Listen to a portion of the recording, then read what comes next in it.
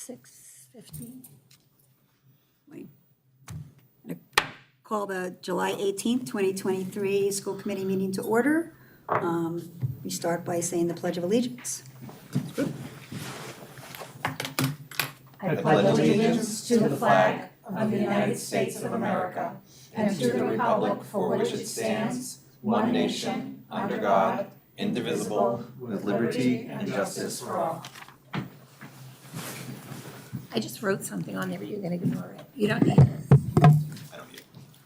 Okay, I'm Susan McKinnon. I am standing in for the chair today as Donna Newcomb is unable to attend tonight's meeting, so I'll be taking over duties of the chair. We're going to start with the consent agenda to look for approval of the minutes from the June 20th school committee meeting. Has everyone taken a look at that? Yeah. Do you want to make the motion? Yeah, I'll second, John. All right, look at this. Susan making it to the big table. I make a motion to approve the meeting minutes from the July 20th Chelmsford School Committee meeting. I second. Do we have any discussion about the minutes? Thank you. No, I'm fine with it. Okay, all in favor? Aye. Aye. Okay, minutes are passed. And we don't have any CHS student reps with us tonight, so we can skip that one. Okay. Did anyone have any good news they wanted to report? We had some sunshine on one day this week. Well, There's no good news to report. personally, School's not in session. I would like to say thank you to Dr. Hirsch and to Joanna Collins for getting all the candy and everything together for the parade and Awesome making job. us shine throughout the entire parade route. We survived it all. I think the town did too. And I know personally that my little niece brought home a bag full of candy, so it was fun. It was fun. It was fun. The parade is nice. I think the whole town, just in general, it's a nice event. The weather has been tough this summer, but for whatever reason, for the parade time, it didn't rain on us. We were able to get through the parade. And it was nice to see the kids after being out of school for a couple of weeks, and they really seemed to like it, so that was fun. I would also like to thank you for not banging into me and to Donna as you drove that wonderful little cart. The candy wagon. Candy. Yeah, the candy wagon. Candy wagon. I didn't hit you once, so that was very pretty good. good. Thank you. John, we didn't hit John. John No. wasn't in No, front of it this John year. did quite well. I did. Proud I of you. stood behind the moving vehicle. I'm I very learned. proud of you. Yes. That's why I'm on my, keep getting elected. I keep learning things as I go. And he was keeping that candy going. Yeah. We almost made it to the end. Okay, we don't have any public comment. We don't, we have no public comment tonight, so we can jump right to new business if you'd like. I guess we're ready. right? Okay, so we have just a bunch of procedural things tonight as we close out the 22-23 school year. In the last meeting in June, I had provided you with items 1 and 2 already. This was just a review of the school committee goals for the year and the different progress we made on the goals, and then also the superintendent goals for the year and the progress we made on those goals. We use it as a document to post to the website to kind of track the progress we had made. So, no specific action on these 2 items unless after reviewing the items from the previous meeting, you wanted to add or delete or edit anything, you certainly can. But I just put these back on again so that you had some time to review them after the last meeting. And then once we vote to accept these, we'll post them up online. Again, it's just nice for the public to be able to see what our goals were at the beginning of the year, all the different things we did to accomplish different action items, and then how we ended the year. I did have a question, if that's okay. This is on the superintendent's goals Sure. for action steps, the last page Okay. on human capital. So what we've done essentially there is the survey is being done when folks return to school, right? On the human capital one, and Joanne is actually on that subcommittee, we were able to, this year, very similar to like the special ed one, was a baseline year for us. We were trying to get data. So we actually did administer a survey to all the teachers okay. and staff in the district right towards the end of the school year. So we had that survey administered, so we have baseline data for this year. Okay. So that we can actually use that information as we craft like professional development and different training and supports for teachers and staff for next year. So we do actually have the first administration of the survey. Oh, okay, so is that date just wrong, 8/26/23? So it says survey administration, 8/26/23. Under action steps. Which one were you looking at, Maria? I'm looking at human capital. Action step 1 at the bottom. Oh, it's not the last page, sorry. It's under human capital. Okay. Heading is human capital. Action step 1. Oh, I'm sorry. I do see what you're saying now. So that is an error. So that's been The survey was done. administered, I believe, at the end of May. Okay, so it was May. That's great. So 5/26? That's what I thought. Yes. You know what I will do is, we'll just go in and actually just verify what Okay. month it was administered in, and I'll just go and make that change. But I do know that it was done because we've already looked at the data. 'Cause So that had to have been a okay, May. Wonderful.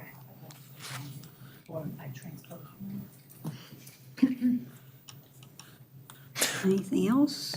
These look good to me. I just, just for the general public, these are like the primary missions of the school committee, right? So it's things like execution and making policy. We have fiduciary in here, which is, around the budget and hiring and firing the superintendent. Only hiring so far. It's only been hiring for me so far. Let's keep it that way. Just keep it up. Just keep up. You're doing a good job. And then just, managing the overall, the town. And so this is it's good that we do these. Not every town does these, and they're not always accessible necessarily to the public. So I'm glad that we do them. I don't have any issues with them. And when I propose, I think I'll just propose with the fixed date and that, with whatever adjustment it's made. Yeah, if you're comfortable, we could just make a motion to accept them as amended. Yeah. And I'll make that one date Yeah. change, and then we'll get these posted up to the website. Okay. Should we? Motion? I make a motion to accept the Chelmsford School Committee goals for the 2022-2023 school year. Yeah, that's right. As presented with an amendment on one date on the HR For superintendents. for the superintendents. So So can we there's just two fix separate the motion documents. so that there's the school committee And then the your goals, superintendent? and then the superintendent Okay. and your goals. There's both. Okay, so let me redo that. I make a motion to approve the Chelmsford School Committee goals for the 2022-2023 school year, as presented. That one's easy. The goals review. The goals review. Right. Second. All in favor? Aye. Aye. Motion passed. I make a motion to approve the superintendent goals for the 2022-2023 school year with amendments on the action steps on one incorrect date. Second. All in favor? Aye. Aye. Aye. Motion passed. Great. So thank you. So we'll get that corrected tomorrow. We'll get that up on the website, and that'll help kind of close out some of our activity for 2022, 23. And as John indicated, it's just nice sometimes for the public to be able to look back if we want to, and it even helps us for tracking purposes. So as we move to the third item on the agenda, this is just a report that we do each year. This is what we've traditionally called the Chelmsford Public Schools Year in Review.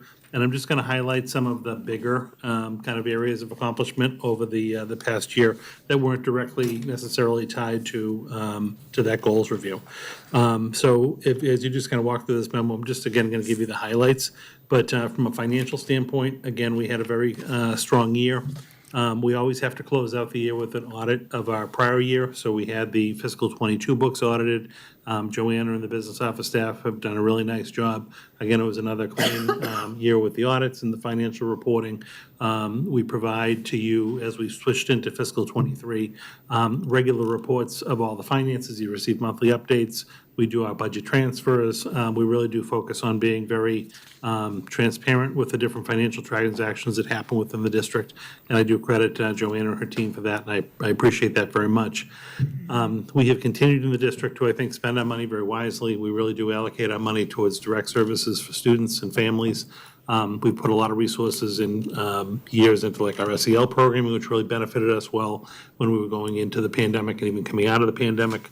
We spent a significant amount of money on technology, which was great going into the pandemic because we really needed it.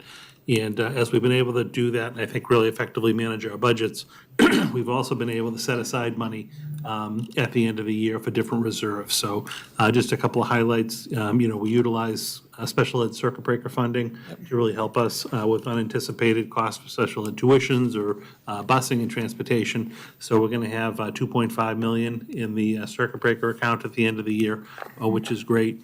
A year ago, this committee supported the establishment of that special ed reserve fund. Yep. And we have $760,000 in that now. That's an additional set aside for special ed emergency type situations. Our school nutrition fund is going to stand at just about 3.3 million, which again is an excellent, very robust fund balance to have. We are going to use some of that funding to help offset some of the capital projects that we're doing. Like this year, we're doing the kitchen project at McCarthy Middle School. Next year, we're going to be doing the kitchen project at the high school, so we'll be utilizing some of that funding in addition to the town funding through capital to be able to do those projects. And then That's good. yeah, no, I think it's good on all fronts. And lastly, from a budget standpoint, we also have about 2.5 million set aside in the school choice fund. And that's the fund where we receive a little bit of tuition for kids that come into Chelmsford from outside the district. We were going to earmark that funding for the 101 initiative to pay for all the different laptops that we now provide for our students. We haven't had to really tap it the last couple of years because we've had some reserve fund balance, so we've used our own local budget to really offset those expenditures. So that fund can grow, and it really stays within the full purview of the school committee. But that's another 2.5 million we have as a reserve fund in the event we ever had any type of shortfall. And that fund has some flexibility. It doesn't necessarily have to be just special ed or transportation, but that's really something that's just under the school committee's purview. Yeah, and just a reminder, I mean, for the, we also got, what was it, almost 900K from the Build Back Better money for the laptops? It was like 850 or something. Oh, on the technology piece? Yeah, it was a I lot. forget the exact number. Do you remember how much that grant was? 855 maybe? Yeah, Yeah. yeah, that probably helped a lot too. Yeah. That was a good. No, we definitely have, I think it came at the right time. We needed it because of all the technology needs, so that's going well. Yeah. Yeah, so this puts us in it's a pretty good standing at this point, which is Yeah, great. no, I mean, the financial picture of the district is really solid, and I think, that obviously helps the town side as well. We haven't had to go back to the town for like additional funding throughout the year or whatnot. The town and Joanna and Darlene and all the folks on the town side have done a nice job closing the books, so we're officially closing 23, going into 24. I'm sorry, closing, Yep, yes, 23 going to 24.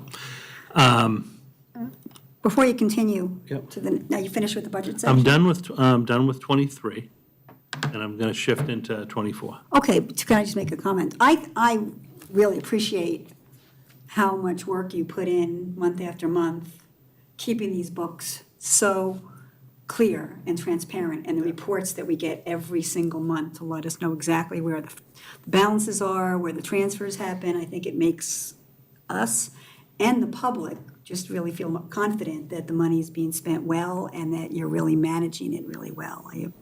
I appreciate that every month. Yeah, no, thank you. To that point, as we, this past February, we are on a traditional budget schedule, so we start looking at fiscal '24. So we had presented my recommended budget to the school committee, the last meeting in January, which really aligned with the town manager's budget. We had a budget hearing at the end of February, right after February vacation, and approved a $3.2 million increase to our operating budget overall, going from 67.5 million up to 70.7 million. We had a very successful town meeting. The town meeting has always been, I think we're gonna get air conditioning.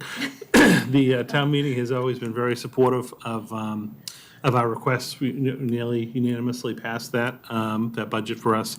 And so I thought that was very well. That's a very good roadmap for us as we're entering '24. We're really well into the hiring season. That is going well. And again, I'm feeling comfortable with that. We have a little bit of ESSER money still left, and we have those reserve funds to really, as we identify any needs next year, be able to plug holes and fix them as we go. But I think that whole process had gone very well. Did you have a question? no, it's all great. Oh, okay. No, I didn't know if you had something. Well, this is his highlight list. It's got to be all great. Yeah, these are all like the big kind of his highlight accomplishments. This is his highlights. Yeah, and he doesn't put the bad stuff. So I always look back to this for my review. When Yeah. I do the review of the year. Right. And how things have come along. And there is no question that on the financial side, we are in great shape to be able to do the things that we need to do for the Right. for the school system. And an even better piece of news is that the air conditioning just came on, and that's why we're all happy right now. Yeah, that really is. We were all sweating bullets. This is great. I know, I'm hoping it chills in here a little bit. Oh, my gosh. Yeah. As we switch into like some of the more programming type aspects for last year, we continued as a group, and the school committee's been involved and been very supportive. The admin has been, the staff have been with our different DEI trainings, working with ideas, and the group out of the Mass Association of School Committees. They came back in and did another session with the school committee right up through last winter. Our admin team participated in the different trainings, and then that trickled down to the staff level in the buildings. We have a little bit more work to do just to get everyone up to speed with that basic ideas training with our custodians and our secretaries and some of our central office staff this year. And then by the end of this year, everyone will have had that training that we all participated in with that group. So I think that's a very good step. And then a subcommittee of us, myself, Linda, Shannon Bischoff, and Jason Romalo had attended a different statewide DEI training to kind of go a little bit deeper into the work. And we're trying to figure out exactly what that's going to look like in districts as we're working that through. And we'll be meeting later on this summer to kind of figure out what the roadmap and the plan for next year is for the school committee and the admin to kind of go a little bit deeper in the work. So we'll have a report on that towards the end of the summer, early fall, showing exactly what that's going to be. And that's also going to tailor into the PD plan for our staff, because we want to make sure that the admin, the teachers, the paras are all receiving that same level of training. And then, is there a plan to keep it ongoing as staff changes, as, new hires and so on? Is this something that we're going to make part of an initial type of, a person gets hired, they go through a training? How do we do this? It's a little difficult to go back and have someone who's coming in now kind of get caught up on, like, say, the 2 years of the work that we're doing. So we are trying to figure out how much of this work is actually going to get embedded in the actual schools and the PD that they do and the training that they do anyway. That is something that we're trying to be sensitive to. But it's not as easy as just having someone kind of go through the 2-year training that took us 2 years to do and kind of get caught up to speed. So that is something that we have to kind of keep in mind as we're even putting these other trainings in effect, that people are going to be coming into this at different times, and they may not all have the exact same background information. Yeah, because even if we had something that was, they were able to just view and participate as a group every month, if there's new hires that month, whatever, I think it would be important to keep it going. Yeah, no, we'll definitely keep that in mind as we're laying out the training and kind of the roadmap for PD for next year. I could see that being embedded into PD, even if it is through groups that simply talk about topics so that new people could be brought into the discussion and do that. And then I know, as I've talked to you about, also then how that trickles down to where that plays out in the curriculum with students too, all of this training. Yeah, it does. So we'll definitely keep that in mind, and we'll be presenting to you like our roadmap for the year. Super. As we get a little deeper into the summer. Next, we kind of take a look, we had another big focus last year on facilities in general, and the big kind of facility piece was the whole realignment of the middle schools and the grade level configurations. That really stemmed from the work the year prior. We're having Dawn Whittier come back in, take a look at our short-term, long-term capital plans. Remember, we had shifted our focus for the MSBA project from a high school project to a middle school project. But in the interim, one of the things that Dawn Whittier had recommended was taking a look at maybe that grade level reconfiguration. So we had parent meetings, we did get some input, we had some staff involved in the process, and ultimately last summer, the school committee voted to approve and move forward with that program. So a lot of time and effort went into the planning for that all last school year. So we are set to launch and open the 2 schools this coming fall. Parker will be a grade 5-6 school, McCarthy will be a 7-8 school. And that was a huge amount of work and a huge initiative basically as a result of the school committee's vote to support that, and us putting that all in place for the year. So that was our big facility work. And also, again, we did apply for a second time for the MSBA project highlighting Parker. So we're hoping to hear around the holidays if that's going to come to fruition, and we'll be invited into to a feasibility study. So more to come on that, but that was kind of our facility work for the year. We did a couple of big initiatives with district management groups. So DM Group had worked with us the year prior as well, putting the strategic plan together for the 5 years. Last year was the rollout of the first year of the plan. We had our steering committee, and we had school committee members on our steering committee. We had a lot of staff involved in that plan, and really identifying the 5 different priority areas, what our focuses should be for the year. And I am going to have a little report a little bit later on that kind of details where we're at with that. But again, that was a lot of work, and I think as we're kind of now shifting into year 2, it's very helpful for the staff to kind of know in the district where we're heading, why our focus and priority areas are what they are. And I think overall the work with district management group was very sound. As a secondary issue with district management group, we had them come in and do that special education opportunities review. We got a lot of good information from that, and that was really under the whole equity focus area, Maria. I know you're a member of that group. Yes. That is going to help us. We had to, again, kind of get that baseline data, and that was our first year doing the SPED opportunities to get that. Now we have to take that data and really kind of take a look at the projects we want to accomplish in year 2, 3, 4, and 5. So that work is going to be underway, and it's going to be rolled out into the plan for the 23-24 school year. But that was a very worthwhile project. The last of the big initiatives we had this past year was our school safety and security review. We had the Ed Davis Group come in and work with us to do a school assessment of each of our facilities. Also do a little bit of a policy review on our procedures and response protocols. So we have that information back from them. We've still been going back and forth a little bit on some of the recommendations to see exactly how they'll relate to Chelmsford, like a school system our size, compared to, they make recommendations for universities and much bigger places. So we're still kind of working on that. That certainly is going to have some short, medium, and even longer term financial realities when we take a look at capital planning, because there are going to be some capital improvements we're going to want to make in some of our schools. So some of this work also is going to have to get phased. But that's something internally we are working on. And I know this has taken a little bit to get to this point, but likely in the end of August or September, we'll have an executive session with the school committee, because we would want to talk about this stuff in private. But we can have the group come in and actually review the report with us and the recommendations. We're going to go through a process of kind of how we feel we should phase the different recommendations. But I want to let you know that that work is ongoing, and it was a very good group to work with, so we're happy about that. Okay. We have some money, the financial. Oh, no, we definitely have the money to do it. We just need What's it in to that? figure out like the priority order of when we should get things done and how to phase and scope out all the work. Great. Last year was the first year of our complete rollout of the technology, the 101 initiative. So every single student in the district, grades 5 through 12, received a district-issued Chromebook. That really helped to just make sure that everyone had the resource. There was not a situation where you had any haves and have-nots.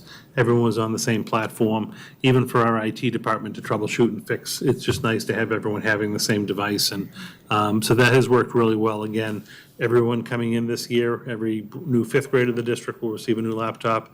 Every new 9th grader of the district, or every 9th grader in general, just because that's when we switch it out, will receive one for the high school. And again, Bill and his staff and tech do a really nice job with that. So that has gone over really well. And then procedurally also, I know it took a lot of time and effort, but we were able to wrap up the last of our 3 contracts on our collective bargaining piece.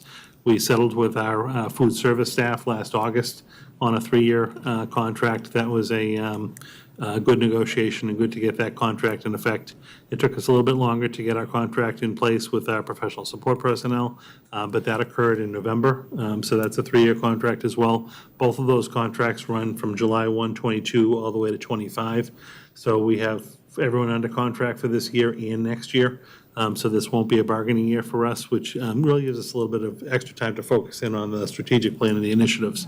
And then lastly, we had a very good negotiation just this past April with our building custodians, and we came to a 3-year contract with them. There are one group that's off cycle. Everyone else is going to end on 25. Our custodians, just because of the way they were formed as a group, aren't going to end until 26. But again, that's nice to kind of have 3 years ahead of us on contracts on that front. And those are really kind of the highlights. And again, they are the high points of the year. I think some of the major work that we had done in projects. But again, this is a document that we actually take and we share in the town meeting book that gets printed for like town meeting in the fall. So that's something that we do to just kind of quantify each year what our major work was. And again, just serves as a nice document to point back to show the public and the staff what we've been focused on. You didn't point this out too much, but we did also renew your contract. We did, yeah. Contract with the superintendent. And I think overall, the contracts give us a lot of stability going into the next couple of years so that, Agree. yes, you're right, focusing on that strategic plan. Right. And John and I had the pleasure of chairing that committee. We did. Yes. No, good. We have our contracts behind us, and again, we have a really, I think, a solid, dedicated staff I'm very happy to work with. And it's nice to just not be in a bargaining year and be able to really focus on the work. Yeah, I mean, the contracts are super important because you got to make sure you have everything fair for all your employees and all of that. But I think it's nice that we're going to have a couple of years to work on these other things, policies and some really educationally significant things. Right. Agree. Without a pandemic. Without a pandemic, right? Yeah, and just quickly, I wanted to just, just looking at the list, I know it is a list of all the positives, but there's probably a lot in here that's not captured, and I think a lot of people probably don't realize how much work and effort, both the staff and the committee and, just about, the admin, all put into making a document like this appear. It's actually, this belies how actually complicated it all really is. Didn't we A lot do of the moving. teacher's contract too? Was that this year? Yes. That Yeah, that was technically in ended all in the June of the prior All year. right, well, I'm But still, yes, we that should one still got, count, that but. one got done wait. too. I mean, that's a 4-contract year, and that requires all the committee members to do additional time and like all the teachers, whoever else is negotiating to come out. And, but it puts us in a really good spot for the next few years, and our financials are always good. So I'm just happy with the work, as always. It's very good. Now you just get us a new school, we're gonna be, I know, that'll be the next big focus. So that's your year in review, and again, you had mentioned also, but like these documents are something that I would expect you to use as you're doing the evaluations and things like that. It's just nice to have all in one place for you. It is. And I think, as John said, it takes a lot of effort to put that together, but it somehow feels like it doesn't capture every single thing because there was so much Right. work that happened this year. And I think we'll see it in this coming year, but what happened with the middle school reorganization, that took a lot of work. Right. But it probably is even gonna be more work this coming year because Yeah. it's on the ground reality and what really needs to happen, has to happen, so. Right. I'm excited about it. I think Me too. I think educationally it's it's a very exciting. sound decision. yeah. No, there was just a lot of work to kind of get us to that point. And even, we walked through the buildings this week. There's just a lot of, projects going on. We've got the science labs being renovated at McCarthy. Right, just going to That's ask you that. significant. We've got all the modular classrooms in both buildings are having the flooring completely redone. I saw one room half done. It looks really nice. It's a lot of work and it's messy, but it's going to be really nice in August when the staff come back. But those are a couple big things that we've got going on. And next year, as you said, we're going to have to kind of operationalize. So we're going to shift from physically getting everyone to where they are to kind of recreating the cultures within the building and the climate within the building with the kids and the staff. And operationalizing everything is going to take a couple of years. So Exciting. It is exciting. I think it's a good move, grade level wise. I think it's also a step to ultimately help us eventually to a new school in town, because we talked about potentially, if we're going to shift to a middle school, building one school that's going to service the entire town. And we also have to be really still thinking about the expansion or the need for extra space at the elementary level. Even though we added the modular classrooms a few years back, it's amazing, we're already full again. So I think what we're gonna have to shift when we talk to the SBA about a feasibility study is potentially building a new grade, like a 4, 5, 6. So we already have the 5, 6 being the Parker. Everyone in town is benefiting from that realignment. If we were able to build a 3-grade level school, you potentially could get a grade level out of the elementary schools to open up a little bit of space. Great kids in grades 4, 5, 6 is still very age appropriate developmentally. And, I also like the fact of kids being in schools multiple years to just establish that sense of community in school. So, K1, 2, 3, 4 years in a building, I think is great. Then you would go to 4, 5, 6 for 3 years would be great, and then off to the middle school for 7, 8, and off to the high school for 4. So there's a lot of different configurations we can think about, but this was a big step to at least get everyone going It opens in up the options. same grade levels. Yeah. Because again, we never could have built a school that was only gonna benefit half the town. Yep. The MSBA would have had a problem with that, we would have had a problem with that funding wise. So now we can kind of work off this new configuration we have. Everybody. And to Susan's point, it is very developmentally appropriate to be doing this. And I think it's gonna be a nice grade span, so. Super. A lot of work happened, a lot of work to be done, but I definitely think we're going in the right direction. Agreed. All right, so if we shift now to, this is a document that the DM group helped us put together, just to actually kind of highlight the 5 different priority areas that we had worked on this past year with our strategic plan. Oops, hang on a second. And again, they just kind of did a review of the whole, the mission, the vision, the value work that we had done with them, setting out the strategic plan, how we carved out our priority areas, and then really worked on identifying what the initiatives and the action steps should be in the first year of implementation. It refined our mission and vision for the Chelmsford Public Schools. That was a very good statement that stayed with us. That didn't change at all, which was nice. We had our theory of action and how if we really do focus in on all of these different kind of pillars of the strategic plan, then we're going to realize the growth in student outcomes that we're really looking for in the district. And we had identified 5 different priority areas where we had different goals and initiatives: academic achievement, student social emotional learning, equity, which is also where a lot of the special education opportunities review fell in.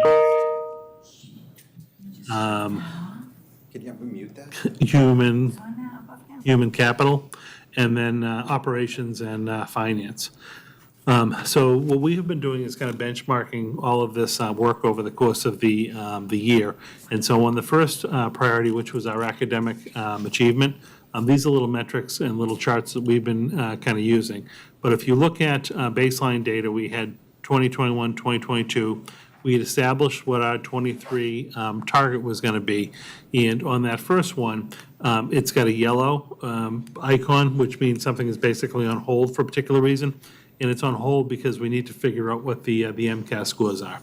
So our kids took the MCAS scores in the springtime. We won't get those results back until the end of the summer. When we get those, we'll be able to see if we hit that target or not. As an interim measure, because again, we know we only get the MCAS data every year, we have the iReady data, which really parallels well what ultimately is going to happen with MCAS. So we had different targets around iReady data for 3rd and 8th grade students. So you can see we actually hit our mark for the 3rd grade reading scores. Our target was 85%, and we actually came in a couple points high at 87, so that was very good. In the 3rd grade math, the target was 72. We actually came in at 74, which was good, so we're on target. We're actually a little over target in that one. The one grade level that we came in under on was the 8th grade math. We had set a target at 54, and 64. We only came in at 55 actual. So what we need to do now is a deeper dive to figure out exactly why. So if we look at the 21 data, we had 54% as the actual at that point in time. In 22, it had been 63, and that's why we had ultimately aligned on a target of 64.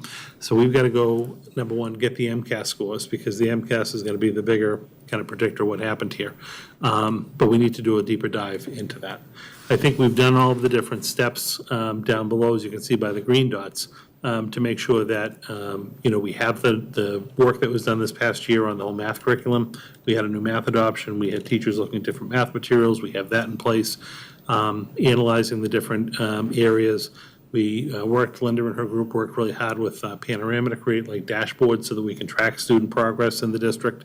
And we're working again last spring, and we're going to be working over the course of the summer to really be maximizing time on student learning through analyzing our student schedules. So we're doing all the steps we need to take. And what we need to do now is just go back on that one particular grade level, the 8th grade iReady data, and figure out exactly why that didn't come in where we wanted it to. So that'll be a deeper dive we need to take on that. I think that report that came in on special ed also, though, gave a lot of information on some things that can happen in years going forward that can help close those gaps too. So as things are done to take care of some of those issues, that can also help here. Yeah, I think it's going to ultimately boost everything. Yeah. A lot of the special ed, the opportunities review stuff is going to be noted under the equity focus area. But ultimately, if our special ed too. students are achieving higher, it's going to achieve the overall. Yeah, the other question is, what's going to be the impact on this given that we're going into a year where we're gonna have a new curriculum, and we're going through the process of adopting a new curriculum, is that something that, we think will have a negative impact on this, or will it be helpful, hopefully? Yeah, I'll let Linda speak. On this particular one, I don't think it's going to be that, correct me if you have a different opinion. On the eighth graders are going to ninth grade, high school, I think it's going to be a little bit different. We do need to just dig in deeply into these eighth grade kids as they're going on to high school and find out exactly what's happening. But I think what'll be interesting is like when we look at our third grade students, over time, wow. how they're actually adapting to the math program, Yeah. will be telling. I don't know if you want to go any. Yeah, no, I would say we have a positive Deeper at all. impact because we're actually focusing on it with different pedagogy and different ways to assess the students. One thing you have to keep in mind, so the 21, 22, and 23 data is different cohorts of students. So I actually went and looked, I followed this cohort of the eighth graders right now, and this scoring is indicative of how they've been since fifth grade. So I can only go as far as fifth grade, and then it's comparison to the MCAS score, and these kids have been dead on. This is where they've been. And so when they were in fifth grade, that was the COVID year, so they missed the whole spring of education. Then sixth graders, they got hybrid or remote where they were, came back with masks. This was their first year of school with as normal can be, right? So when I looked at it, they are actually been scoring like this and their MCAS has been dead on. So for example, when they were seventh graders, they had a 56% proficiency level and their MCAS score was a 52. Because iReady's like very much correlated with this. Then I went another year back and they were at 57%.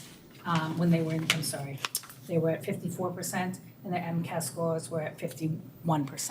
And then we didn't do the final benchmark in the spring of 2020. We had their winter benchmark, they were at 57% and I have no MCAS because they didn't have So, MCAS. so this means this would be the group that we have to focus on in the ninth grade to make sure that they have caught up as much as possible. So I guess that's why we have those grants and this funding and so on. Does this mean, are we looking at the possibility of adding in more special tutoring or things like that in math? Is this something you're We put the examining? interventionists at the middle school level, we don't typically put them at the high school level because they are so concentrated. And if students need any other support, then they would be able to receive that support at the high school level. Kids tend to really make a big gains when they get to the high school, but this group we have to keep an eye on because they were, 10 and 11-year-olds when this all happened to them. So they really lost some of those major skills. Wow. So just thinking about, I mean, we can't continue it throughout high school. We've got to catch up somehow. Right, I think what I was trying to say earlier to your point about like the new math curriculum and how this is going to impact this group, it's really not going to impact this group because now they're going on to just the regular high school math. The kids that are going to be more impacted by the new math curriculum are going to be the elementary and the middle school kids. Okay. Because this group is now kind of in high school, so this group isn't going to be a good benchmark for us to figure out how effective the new math program is. It's going to be the younger grade level kids, and that's what we're going to have to follow. But yes, obviously this group, as we dig a little bit deeper, if we identify different areas of need, and the high school will have to work with them to make sure that they're being afforded that.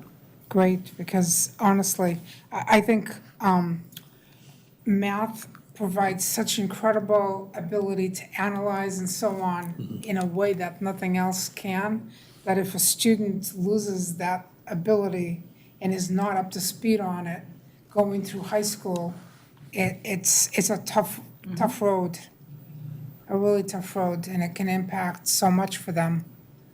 Well, even during the Right. COVID pieces and when the kids came back to school that first year, the teachers will do specialized lessons like in algebraic thinking, obviously numeracy, wherever the domains are that they're struggling, they'll just make those adjustments. So the math teachers are very skilled at being able to, close that achievement gap. They're not like a generalist, so seventh and eighth grade up, but the high school tends to really just say, okay, we need to focus multiple lessons on this, and this to give those kids solid footing.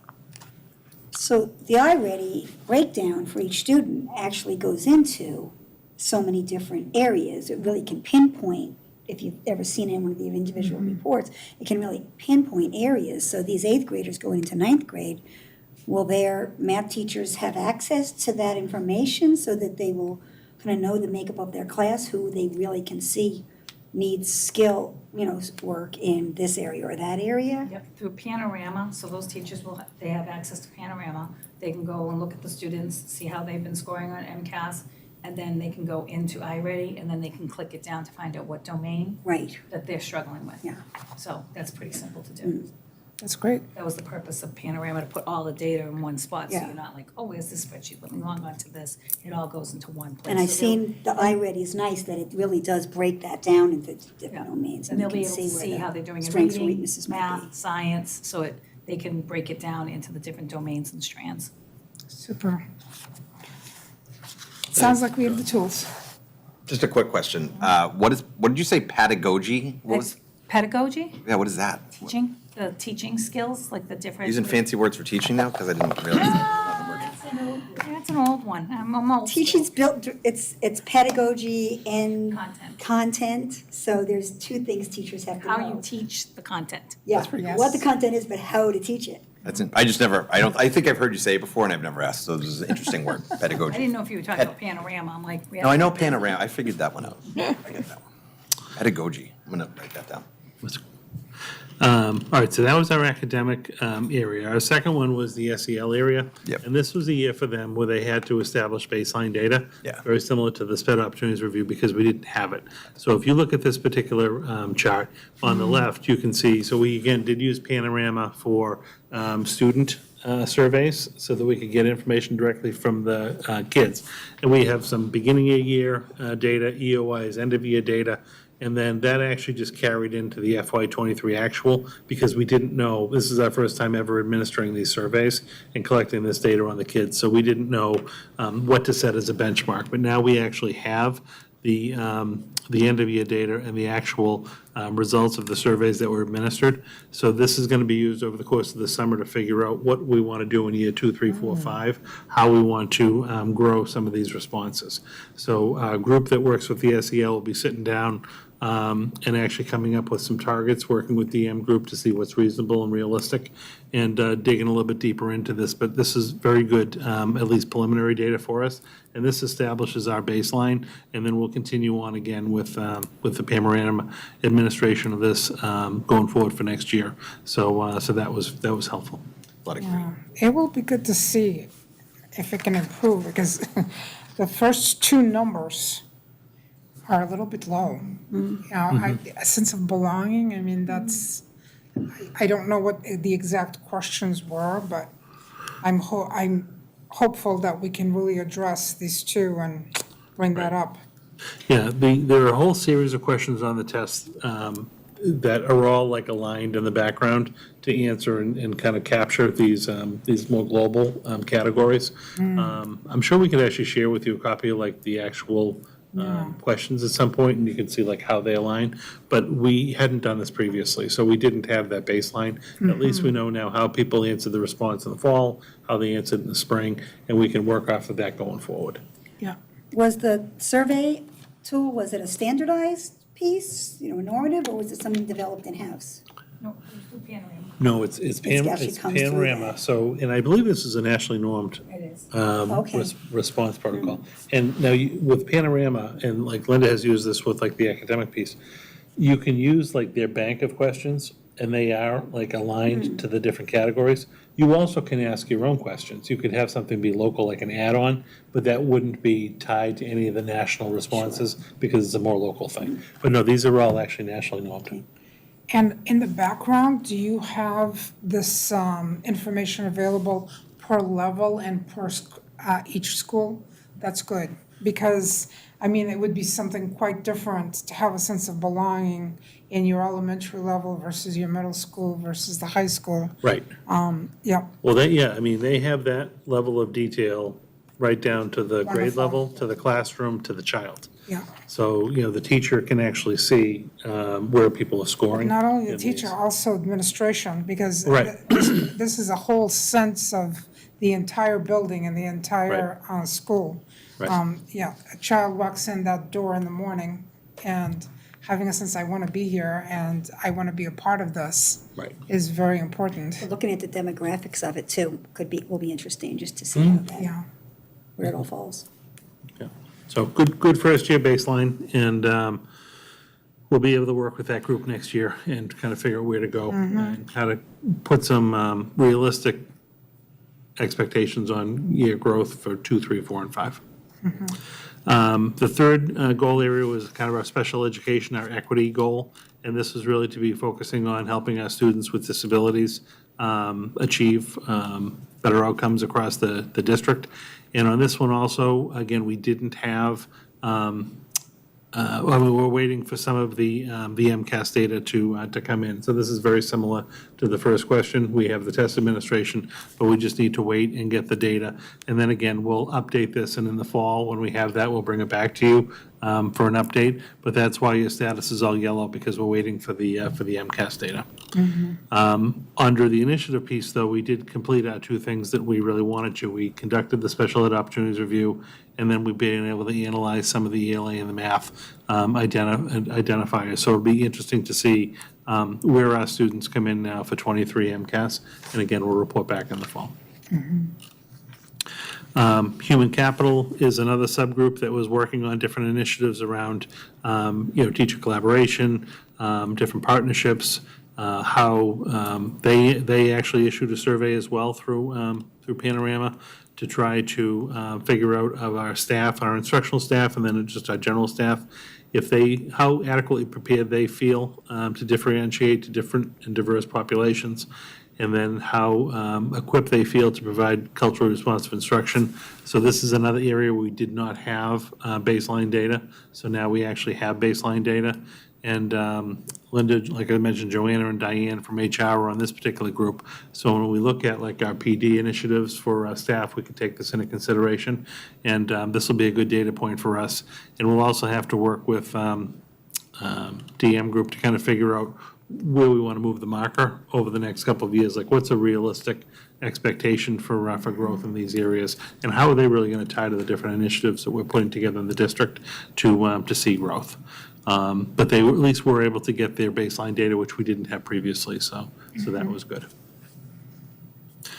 The last area that we had was our facilities and our operations. So this is a group that I chaired with Bill Silver in technology. Brian Curley in facilities was also very involved. And, we hit our mark on the short-term capital plan. That's our annual plan that we present to the town for work. Basically, our project work, like this would be like your kitchen projects, your bigger items. And we did receive, we always try to get about $2 million of capital projects a year, and we did receive $2.1 million in funding for this year. So that's great. We're able to go back and look at the projects that we didn't complete, that we didn't quite get to. We can realign them with our fiscal 25 projects, so that'll be something that actually takes place this summer and fall. That whole process usually takes place in November timeframe, but that'll be ongoing.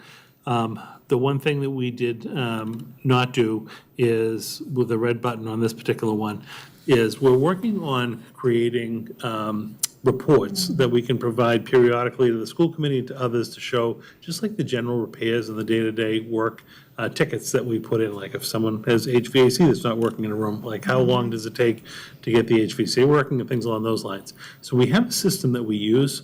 We're just working with DPW right now to figure out and come to some agreement around like what are the different metrics we're going to measure.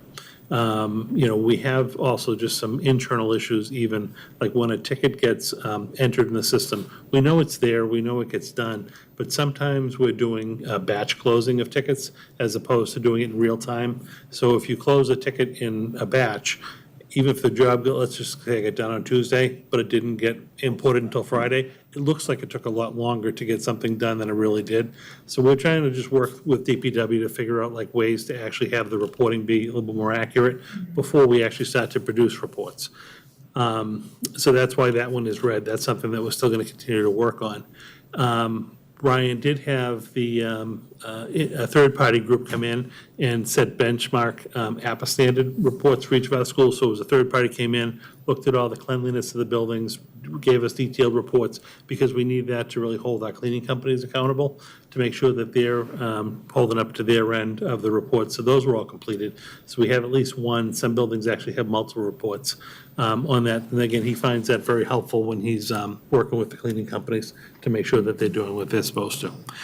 So overall, again, I think on the operations and facilities piece, we're in good shape. I think this piece and actually having that report will actually be important information in seeing how much time, how much money, so much is spent on the upkeep of a building and the need for that new building for the whole town to see that a new building is not gonna cost upkeep and maintenance and so on, the way that these existing buildings do. There is a payoff in the end when you spend that much money. There are many payoffs. There's a lot, like coming into new floors when you come back to school after those floors have been there for so many years will make a huge difference in the morale and the feeling that the person has when they come in. But for the town to see that there is also a huge financial impact. Yeah, because the cost of going forward. maintaining older Absolutely. buildings is high. And the effort is, you pay for that too. Great. So that's the update from the year one strategic plan. So this is another document that we'll put up on the website because we have our strategic plan, and then we'll have our progress monitoring so that people from the public can see, and parents and whoever, how we're actually working on these different goals. Well, I'm going to make a general comment because I was part of this strategic plan all the way through, and Jeff was too, right before he left. And I know how much effort went into it. I could see it. I could see the amount that everybody in administration, everybody in, the teaching staff that were involved, every single person put into this. But I do think that one of the most important things is the way that we can now measure and can physically see that measurement here, because it actually takes effort to try to figure out what it is and keep track of it, and then to try to plan the improvements and implement them in order to improve that measurement. Right. So this is good. It's the first time we've had this in the history of our district, so I would like to truly congratulate everyone who was involved, and I'll include myself in it, involved in this and how we were able to come together to do it. And I think only the kids in the end will benefit from this. It'll be the students who benefit. I'm glad we're Yeah, doing it. this whole process, even from day one, when we were putting the strategic plan together, the school committee was fully involved, the administration was involved, the staff in the buildings. The people from DM Group commented about how, I don't think they've had another district that had more staff participate in the individual focus groups than we did. They were amazed at how many people wanted to come and just give their viewpoint on things, point out the positive, point out other, just ways that we can make the district better. So they were really impressed with how many people actually were involved, even on the parent front. And this was kind of towards the tail end of COVID, so we were doing all these meetings remotely, but we had to set up extra parent meetings because we had parents that wanted to participate, which was great. So we had probably the most data that we've ever had going into this, and it was really well received. Yeah. So it's definitely a good start. It's year one. We've still got, 4 years of the plan to keep rolling out, and the work of the steering committee and all the different focus groups is gonna continue. But it's definitely a very good working frame to go from. Coming into it, after the fact, I appreciated that it's very specific and very comprehensive. Yeah. And the fact that it continues for these 5 years means Right. you don't have a goal and then it's gone and, oh, well, we didn't meet it, but Right. that's the end of that one. I like that it continues No, for it's the 5 multi-year. years. It's something, Yeah. look, some of these targets, we actually already met in year one. So we need to go back and say, is it aggressive enough? Do we need to change, and do we need to be a little more aggressive? When some of the other ones also, sometimes if you don't hit a target, you have to go back and reassess that too. And was it really realistic what we said we were gonna do? But I think we've all been very open and honest about talking through where we want to ultimately get to and just how we're gonna get there. But these are very good conversations to be having. And it was very difficult to create the targets because of COVID. Yeah. And Yeah. coming out of it and trying to figure out, okay, do we make it less because we know that it's gonna take time to catch up and so on? But already we can see one of the impacts by having that percentage we looked at in the math results for the 8th graders. We can identify that that group Right. needs that particular help. That's the whole thing. But not even looking at COVID, I think back to my employment in the district years and years ago. There was data collection, but there weren't specific targeted areas. There was a lot of data, a long time ago, but then nothing, why did we collect it? Now we know why we're collecting it. Yep. There's been a big shift in how data is used Yes. in school districts and just the value of the data behind it. And now with all the, not just like that AI that we talk about, that people write papers with, there's also a lot of that large language like AI stuff that they can pull a lot of really interesting information out of big data pools like school education and things like that. So they're turning that AI stuff into better reporting tools. Although we can't hire AI, Jay, so you're lucky, so you're good. That's good. Well, and I sincerely appreciate you guys working with us on this too. It was, Thank you. it's good, and we'll get that up to the website as kind of an overview. And I mentioned like July, we kind of closed out last year, and then August, we're gonna switch to talk about next year. Next item on the agenda tonight is item number 5. This was just a same memo I gave you at the last meeting about the evaluation process for me. Nothing has changed. Just a reminder for you that I'm going to email you tomorrow all the forms and everything to use. All right. And then if you could try just by Friday, August 4th, so you get like 3 weeks, if you could try to just do the evaluation. You don't have to use that form if you don't like for the narrative. You can just type in like Excel or, in a Word or something like that and attach it, because I know that form is a little clunky to use. But if you could do that and just send your evaluations to Donna and myself, that would be great.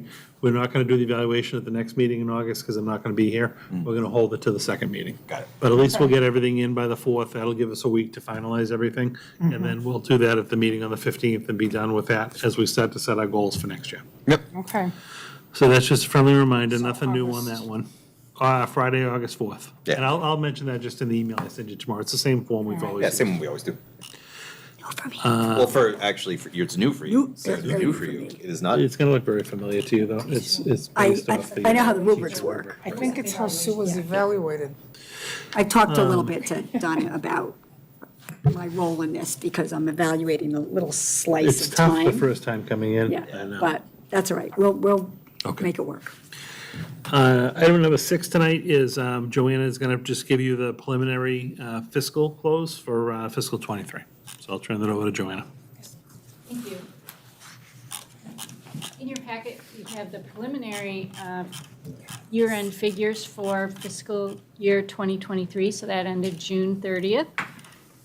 We had a $67.5 million operating budget, and when I pulled these reports last Thursday, we had $66,383,703.67 expended, about $1.1 million in open encumbrances, and we still had an available budget of about $13,000. And that $13,000 we held there because we had to do the journal entry for labor that was paid July 14th, but for work at the end of June, hourly labor. So we knew that was coming, we knew we could quantify that. So, and actually today, the town accountant did that journal entry, again, taking that June labor that was paid July 14th and put it in fiscal year '23. So if I were to pull the report today, it would be zero. We would be fully expended and encumbered for the $67.5 million. Just a little reminder that, we had some favorable variances out the gate. The committee approved one-time purchases, and that's all reflected in these reports. We also the superintendent talked about circuit breaker and how we've done the journal entries to record the special out-of-district tuitions to that fund. We are at the cap of that fund. That's the $2.5 million cap. You also, the committee also approved prepaid tuitions of up to $1.56 million in fiscal '23. And we did not go all the way to the top. We went to $1.523 million. So that will help us in fiscal '24. So the final report will be presented at the August 1st meeting, and I just kind of gave you a little overview. It's going to pretty much look exactly the same, except there'll be a little more expended, and the available budget will be zero. Okay. Any questions on the local operating budget? No. Good job getting to zero. Yeah. Getting all the way through it. Yeah. That's the trick. And keeping us informed all throughout. Like Sue said at the beginning, the transparency is really appreciated. Good, that's our goal. The second handout is the grant and revolving funds. So that is also preliminary. The expenses are not preliminary. We pretty much know those numbers, but some of the revenue that came in on the grants came in at the end of June, and the town accountant is working to post those final revenue entries. And then the last page has the revolving funds that the superintendent spoke of and our reserve balances for us to work, with reallocating those resources through the next several years. So, Joanna, for the, a question on this ESSER that still has a 781,000, so on. Yeah. How long do we have to expend that? What is our? So the original end date is July 30th, 2024, Okay, so a little over a year from now. yeah, so only about a year. Did you want to talk about the possibility of the federal government? You want me to mention that? Oh, sure, Phil. Yeah, so that was the grant that was awarded in 2022. There is some talk that the federal government may say that if you haven't spent those funds, which we have not spent about $780,000 at the end of June, that they would say the grant has ended and you would return those funds. But that's, we haven't seen anything official on that. So just hang on to it till you hear something. Well, we do have plans for those funds. Okay. We wrote the grant, the superintendent and assistant superintendent were talking about, like Panorama is funded from this grant. We have plans for the grant, so if that comes to be and that goes away, then we will have to find another resource for our plans for those funds. Wow. I don't think at this point it's likely to happen. Yeah. There was some discussion on at the federal level, when there were a couple of different packages that were being voted on recently financially, that there was some legislatures who wanted to basically pull this money back from the states if it hadn't been spent. But whatever the different finance or bills were that passed did not include this.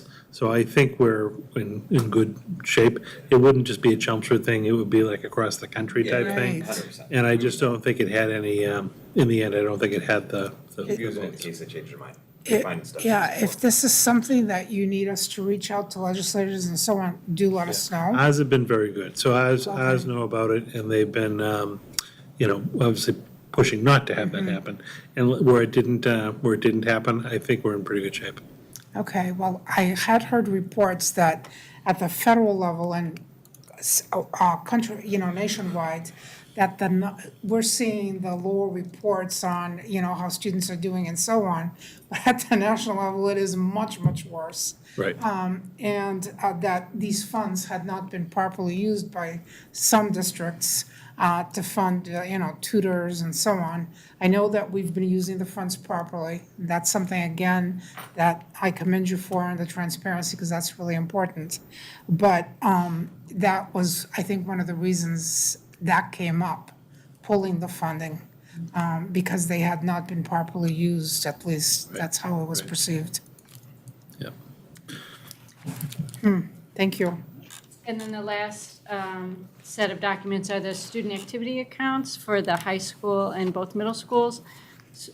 So the overall balance of each account, and then the balance by club or team. And this will not change either this is not preliminary, this is final. And Okay. any changes on student activities, or any questions on student activities? One of the things that always hits me is they have a lot of money in that theater guild account, 64,000. It doesn't change much each year. And is there a restriction on what this money can be used for? What is this money there for? any student activity fund, the general, like in layman's term, the thing would be, any money that you're raising to support a particular club or activity needs to be spent on that club or activity. So you couldn't take money from the Theater Guild account Right. and go give it to the softball team or something like that. So it has to go basically towards something theater related. Whoever the club advisor for a particular, any of these, and the high school principal are the ones who are responsible for making sure that any of the expenditures out of these funds are aligned to support the mission of the particular club or area. So, again, I don't know historically, I haven't looked to see if this is like always on the books. I don't know if, perhaps, I'm gonna guess, a little bit during COVID, we weren't doing the level of production that we're doing a normal year. So I don't know if they accrued a little bit of a, extra savings in those kind of areas. But ultimately, anything theater related, they're able to pay for out of that fund. Okay. And this is the high school, at the high school. Correct. It's not for middle schools or anything, it's at the high school, period. Yeah, this is the high school. Yeah. I'm not sure if the middle schools have one or not. I can look real quick. They do, it's just not as big. Oh, is it called drama maybe? Yes. Okay. Yeah, I see like Parker has a drama account. Well, actually, the Parker one's pretty big. And when I- McCarthy does too. Yep. I looked at our website, our website is extremely informative, and I have to tell you that it's truly changed since I've been on the school committee. It's so much better.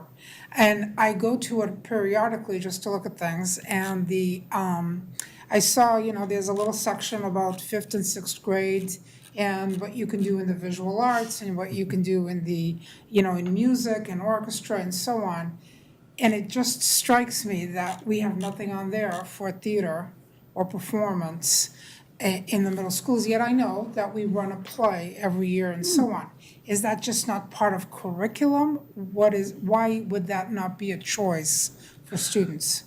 I'm gonna guess that the reason that like the band, the chorus, or the orchestra are highlighted or listed on there is because it's a course that the kids are actually taking like during the school day in the middle schools.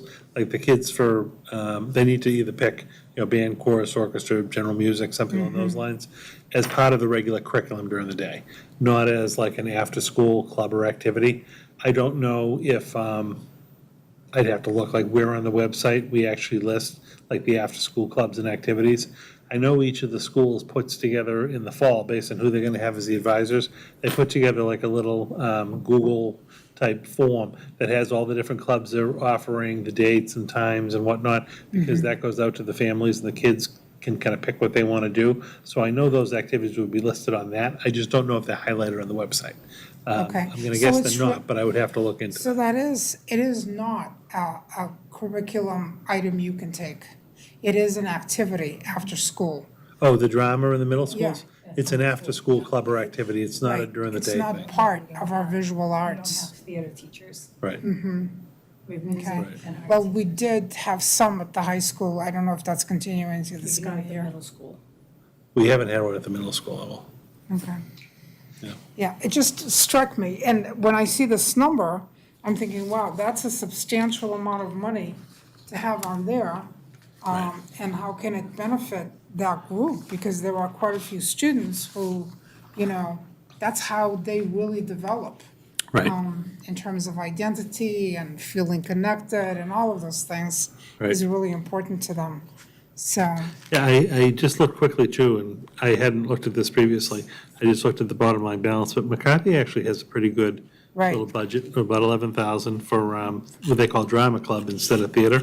And Parker has about $36,000 Right. in their account. So they do just raise Substantial good amount. revenue on the shows that they run. But they do have available funds to be able to pay for either shows or props or different things like that. My knowledge is only anecdotal, but I also think there's been different fundraising and endeavors that the theater director had taken part in that might have brought in some of this money. Yeah, and I just think the use just has to go back to that group. Right, So it right. just has to be like Yeah. theater related. Oh, definitely, Okay. specifically Right. money to be used in the theater guild. Yeah. Right. A lot of kids participate. They do. No, they put A on lot very, of very kids good shows. participate. So could we maybe just take a motion to just accept the FY 2023 end of year preliminary budget report? And then at the August meeting, Joanna will give you the final one. We have a motion? All right, what's the motion for? Just a motion to accept the fiscal 23 end of year preliminary budget report. I make a motion to accept the end-of-year preliminary budget report for the 2022-2023 school year, as presented. Second.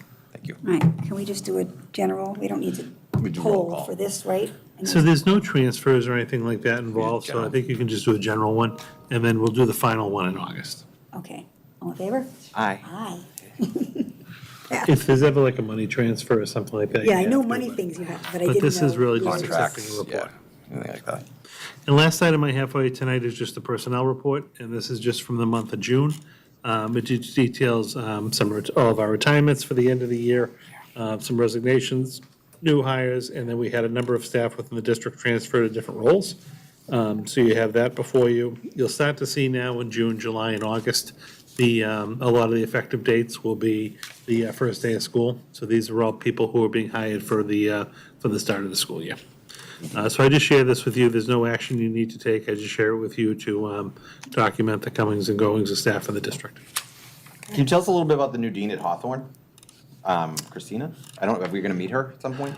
Yeah, you know what I can actually do? Steve had sent out a little, like a memo, like an announcement with some background information on it for you. Yeah. Let me email that to you.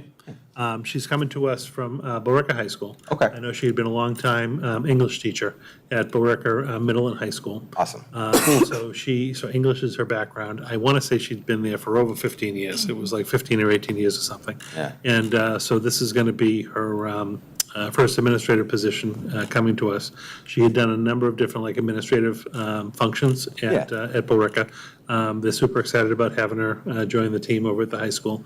And she started right after the 1st of July. Awesome. So, so she'll be joining us, and internally, Josh has moved over to No Parker. longer Dean Blagg. He's no longer Dean Blagg, he's now Principal Principal Blagg. And Jeff Parks has moved over to McCarthy, and really getting ready for the fall. But I'll forward you out the announcement that went out that has a little bit more background on her.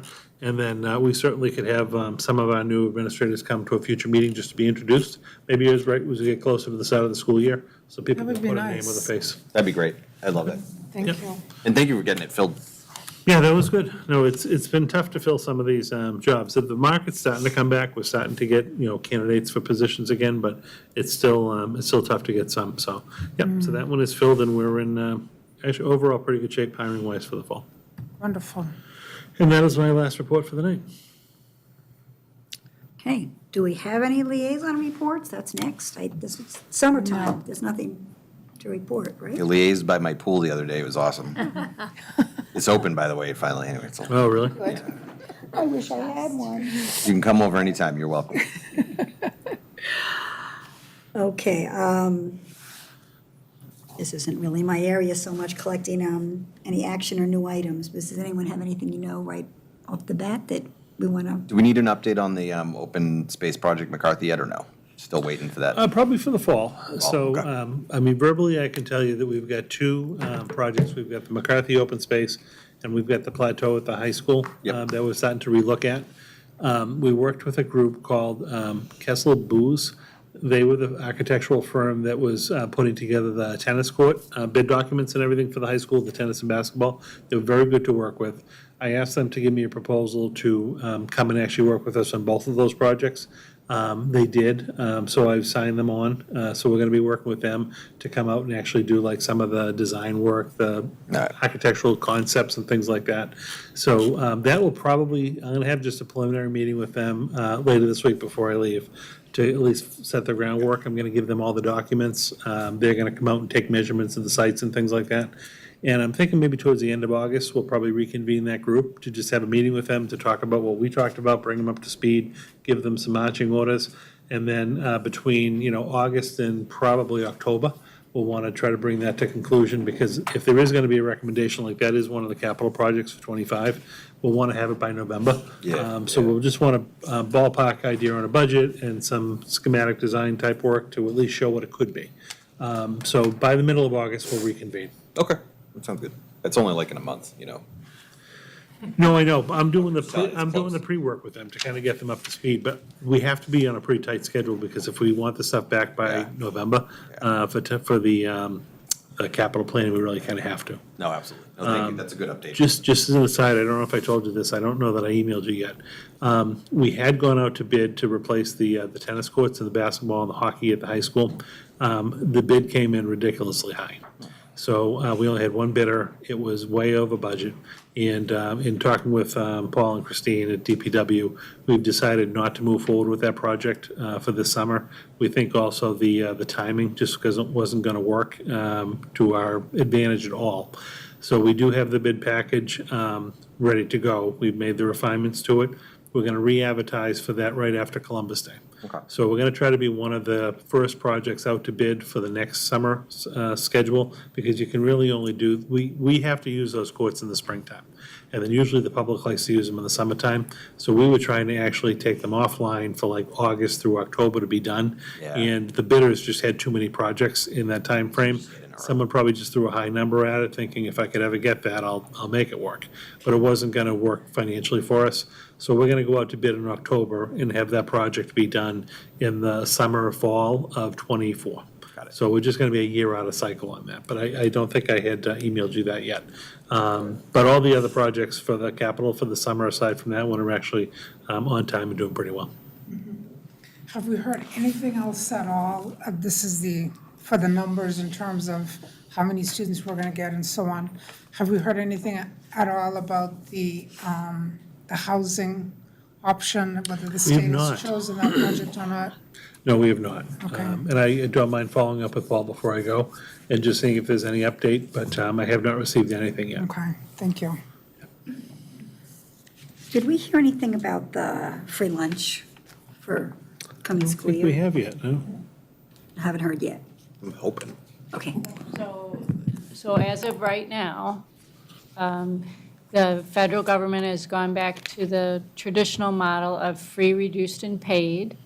And the state, as of right now, has not allocated any funds to make up the difference between reduced and paid, so that school breakfast and lunch is at no cost to families in Massachusetts.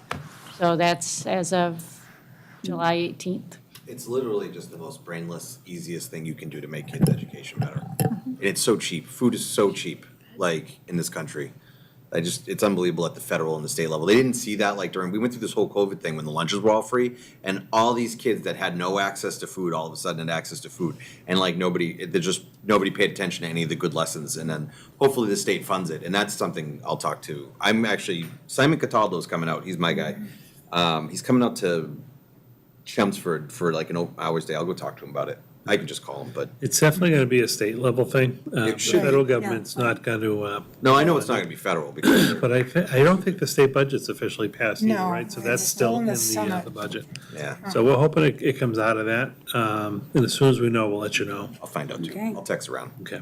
Yeah, that'd be great. And the other thing we were looking at is that legislators' breakfast that we might want to have. Yep. And we're going to continue to look for a time when it's possible. Yeah, I think towards the tail end of the summer would be better, like towards the last part of would August, be- first Yeah, week I of wanna go September. there, In talking to their offices, Fridays seem to be a good day when a lot of them do like in-district work. They're not down at the State House. So we can circulate some dates for like maybe a Friday morning breakfast type thing. It'd be a great opportunity just to talk about general legislative issues that are before us, and also for us to bring them up to speed on our school building project application. Yeah. So that, because I think when you hear about it, I think it'll kind of click for a lot of people, but it would just be a good opportunity to kind of have a one-on-one and explain that to them. Talk about it all the time. Very important, yeah. So we can do that at the end of the summer. It just didn't come off at the end of the school. And also about housing, and because that is part of what's going to impact the numbers that come into our school system. And one of our representatives is chairing that committee, so I think it would be really important to also talk about that impact on a school. Sounds good. That sounds good. Thank you. Okay. I don't have any other ideas. No second Does- public comment. We don't have any public comments. No. Okay, so we don't have a session for that, so I take a motion to adjourn. I make a motion to adjourn. I second. All in favor? Aye. Aye. Meeting adjourned. Best vote.